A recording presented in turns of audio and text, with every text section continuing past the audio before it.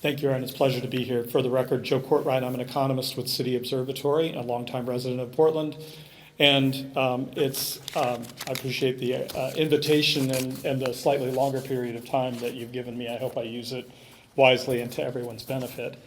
So, as Aaron mentioned, we've taken a very close look at the technical work that's been done for the Rose Quarter project. And what I want to suggest is that there are serious problems with the technical analysis. It dramatically understates the negative environmental impacts of freeway widening. And one of the tragic things about this whole discussion is half a century ago, Portland knew that expanding freeways was bad for the community. We took out Harbor Drive. We didn't build the Mount Hood Freeway. We didn't build a Prescott Freeway through North and Northeast Portland. But today,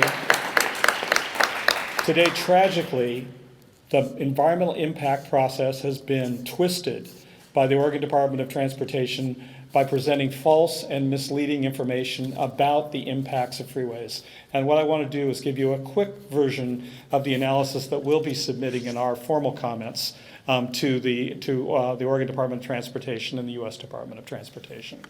In reality, and this is a picture you won't see often, we're really talking about a mammoth freeway widening project, widening the I-5 freeway to as many as 10 lanes for 1.5 miles through North and Northeast Portland.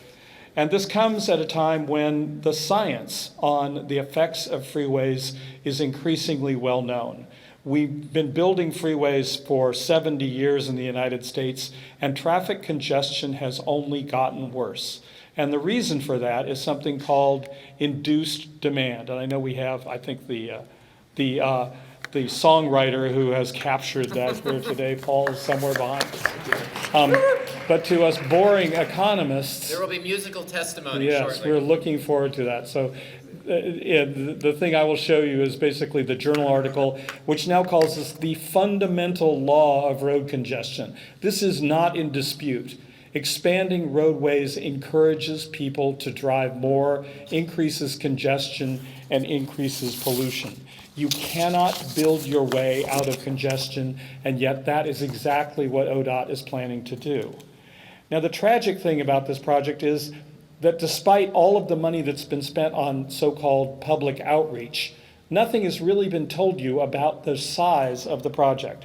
You're being told that by ODOT that they're just going to add 1 or 2 auxiliary lanes to this freeway. But occasionally, they let slip what this will really look like. This is a picture of what it will look like near where we are today at Tubman School, where they will literally cut away the hillside to bring the freeway even closer. And while they show a certain number of striped lanes here, they're actually planning to build a roadway that's much wider. They present this comic book illustration, which they note is, quote, not to scale, which shows the existing freeway at the top, 4 lanes of traffic, and then supposedly just adding 2 additional, quote unquote, auxiliary lanes at the bottom. That's not the reality. We found the actual plans, ones that ODOT didn't produce in the environmental assessment, ones that they kept hidden.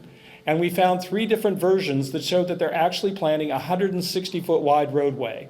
And 160 feet is wide enough for a 10-lane freeway through our neighborhoods. So this isn't this simple little expansion. It's actually a mega freeway, which could have 5 lanes of traffic in both directions in that 160-foot roadway. Well, why does that matter? Because when you expand the capacity, we know that people who are avoiding the area now will suddenly choose to take trips through it, and that will produce more pollution. We have something, called the Induced Travel Calculator, which is based on the best scientific research about the impact of adding capacity to new driving. It shows that widening this freeway would add between 31 million and 47 million additional vehicle miles of travel in the Portland area as a result. And that would produce between 200,000 and 500,000 additional tons of greenhouse gases as a result. So this is a project that we know, based on the best available scientific literature, will add to greenhouse gases. Now, ODOT has tried to deny that by claiming that they're only building those 2 additional lanes, but in reality, they're building a structure that's easily wide enough to handle much more. And what's perverse about that, in fact, is the fact that traffic in this area has actually been going down for 25 years. And these are not my numbers. These are numbers taken from the Oregon Department of Transportation.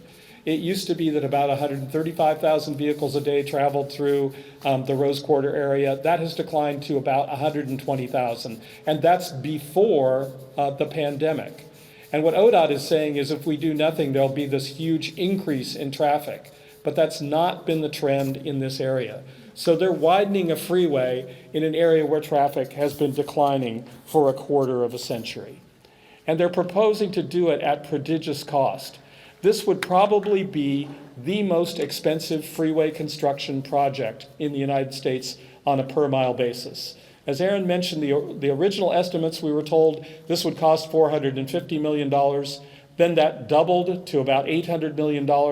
And the most recent estimates are it will be $1.45 billion. That works out to about $1 billion a mile for a freeway. Just imagine what you could do with $1 billion for anything else. Do we really need $1 billion to get a $1 billion a mile freeway? And what's worse is the Oregon Department of Transportation, frankly, just doesn't have the money to pay for it. Their plan, they haven't developed a plan as yet to show where the money will come from.